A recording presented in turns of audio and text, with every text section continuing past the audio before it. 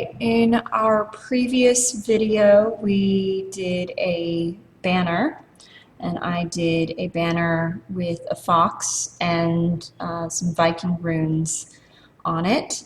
And today for round 2 we are doing a coat of arms. Now a coat of arms is a fancy shield type of representation of a family or a country or a school in this case. Our fictional example today is the Hogwarts crest from the Harry Potter series, and then each of the 4 houses in the Harry Potter book, the school Hogwarts from the Harry Potter books.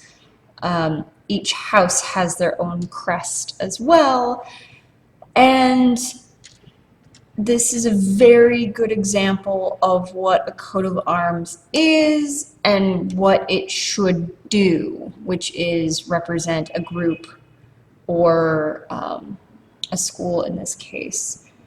And using, colors, very specific colors, specific animals, specific phrasings, sayings, and then other symbols that represent the group as a whole. In the books from the Harry Potter series, each house has different things that they're associated with, such as courage and chivalry, which is being, a knight in shining armor, or with Ravenclaw, it's wit and wisdom, so they're the smart house. With Slytherin, it's cunning and ambition, and then with Hufflepuff, it's dedication and justice. So each of these is associated with a different animal and different colors. So that's what we're going to be looking at as well. So this is the main crest for Hogwarts, and normally their words would be underneath, and it translates to never tickle a sleeping dragon, which is really funny to me, but that's okay. So here's our worksheet. I made it smaller so that you could see a little bit more of what's going on for my example for you.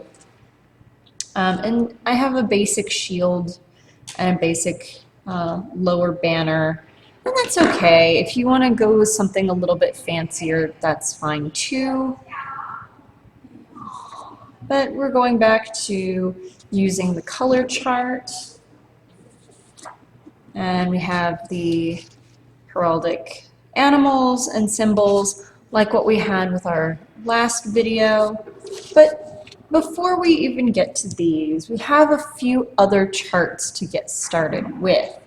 So, first one is what a coat of arms actually looks like and what kind of coat of arms the pieces are in the coat of arms. So we have like a top crest, we have a wreath, the mantling, the animals, which are called the supporters, the shield itself, the motto or the words, different detailing in the shield.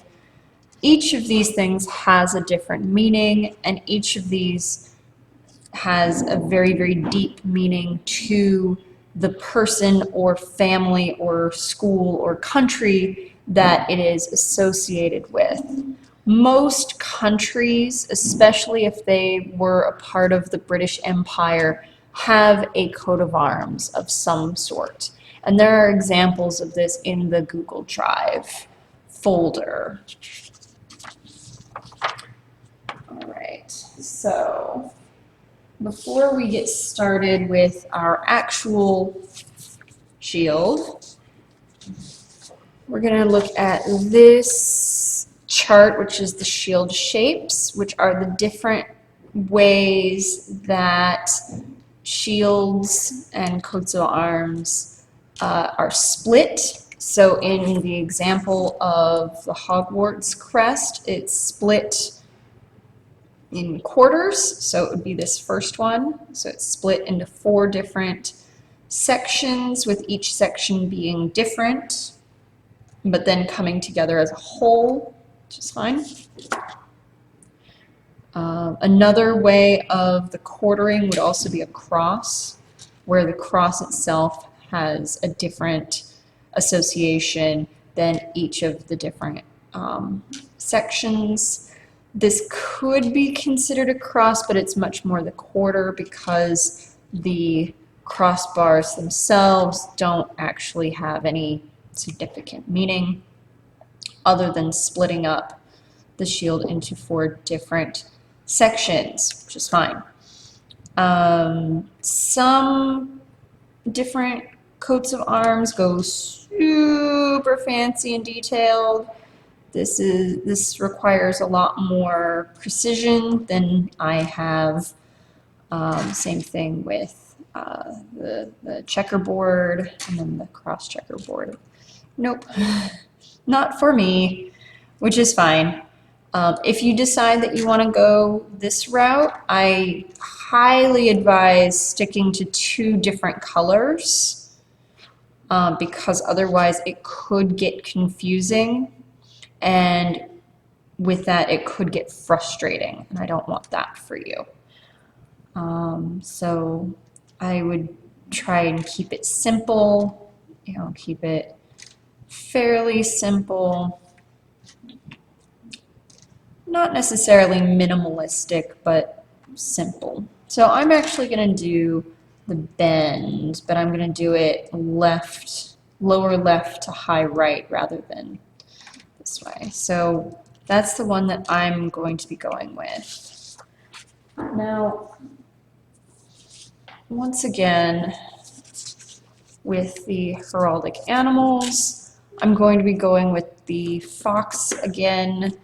And instead of these heraldic symbols, I'm going to go with the marks of Cadice, which is your birth order: first child, second child, third child on down. So first, second, third, fourth, fifth, sixth, seventh, eighth, ninth. So I'm the firstborn, I'm the oldest, so I can use the file as a part of my coat of arms, which I am going to do. So I am going to be using the file. This is not necessary for a coat of arms, it's just something really interesting for those who know what these symbols mean as far as birth order.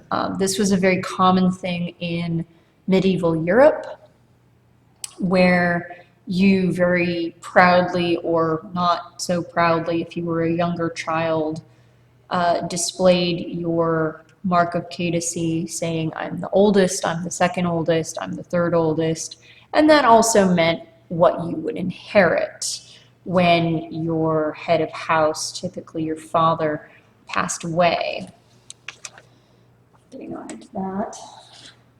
All right, so once again, I'm going to be using the file from the other page, the cleverness of the fox this time around. Now, there's other symbols that are more earthbound or more elemental. So we have a crescent or a moon, the chevron, which is typically representation of like the roof of the house, or for protection, the protection of the household, things like that. Earth, water, air, fire, sun rays, and they each have their own meanings, and all of this is also in the Google Drive. So once again, we're back to the colors. So once again, I'm going to be using blue and green with a little bit of red because foxes. All right, so here is our coat of arms, and instead of using my pencil to just mark it all out, I'm actually just going to dive right in. I'm going to use a Prussian blue. Now, I said earlier I'm going to do a, let me get that, a low to high bend. So low left to high right. So I'm just going to draw that in right now. So there's that. All right, so that separates out my coat of arms, my shield, into 3 relatively equal pieces. So I can actually go and color this part in. And it's going to be this really dark blue. It's actually really pretty. I like it a lot, which is why I went for it for my shield. So I'm going to flip to this and just color it in as best I can. Now, mistakes are a thing. So if you do make a mistake and you just want to start over, that's fine. Or if you decide that you need to redo the whole thing once you look at it as a whole and decide that you really don't like it, that's fine too. It is okay. And making a mistake is fine. Alright, so I'm just going to color this in.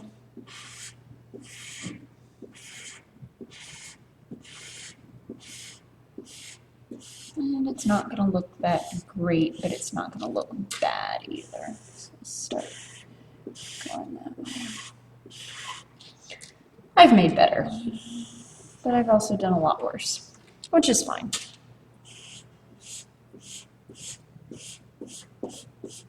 Okay, good enough. Okay, so that's the Prussian blue. All right, so once again, I'm going to go with the black. And I'm going to draw in the fox that I did for the banner. And just do ears, eyes, nose, and just a tuft like that. And go in again a little bit with the vermilion, the dark orange red, and just give it a little hint of color just to say, hey, I am here and I'm cute. And once again, if my students were to see this, they would know immediately that it's my work. And I think I'm going to go in with the forest green once again and draw in the file. And I tend to turn my paper rather than keeping it the way that it was, because this actually requires a little bit more precision that I am bad at. That's okay. And then I'm going to color that in with the dark green.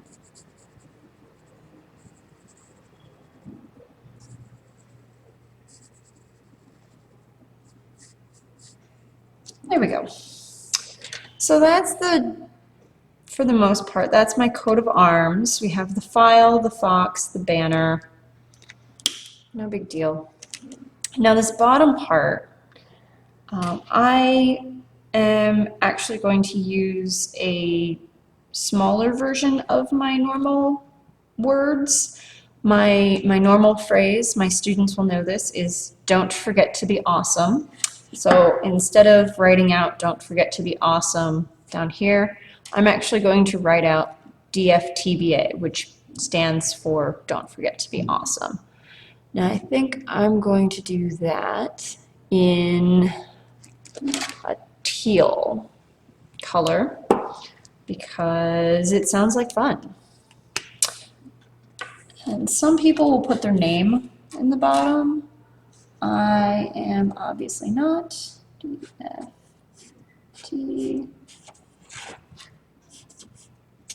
There we go. And that's me. Most of my students would be able to recognize this because of the fox, because of Don't Forget to Be Awesome, because I do a lot of medieval history in my classes, and I hope that you've enjoyed making your own coat of arms. And as always, don't forget to be awesome.